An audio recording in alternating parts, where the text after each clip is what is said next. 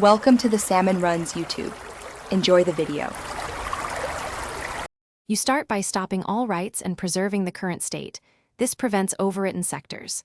Power off the phone or tablet, then remove SIM and micro SD. Connect only when you have recovery tools ready on a separate PC.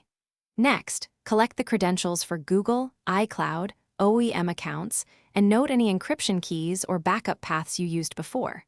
Once done, enable airplane mode only if you must boot, and make sure to use read-only imaging first to avoid damaging recoverable files.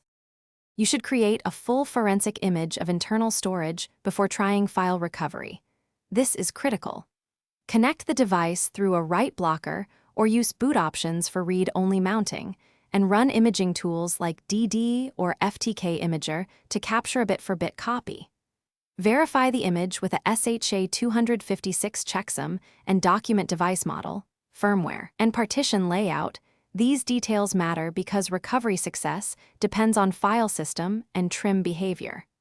Once the image is secured, work on a copy to preserve the original evidence. You now run recovery on the image copy using file carving tools and file system analyzers.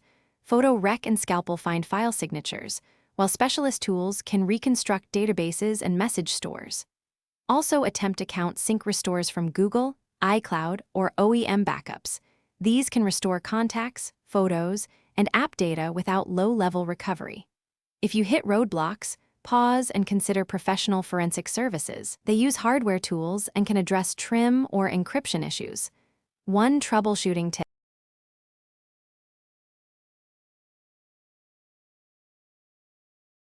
Thanks for watching. Consider subscribing if we helped you.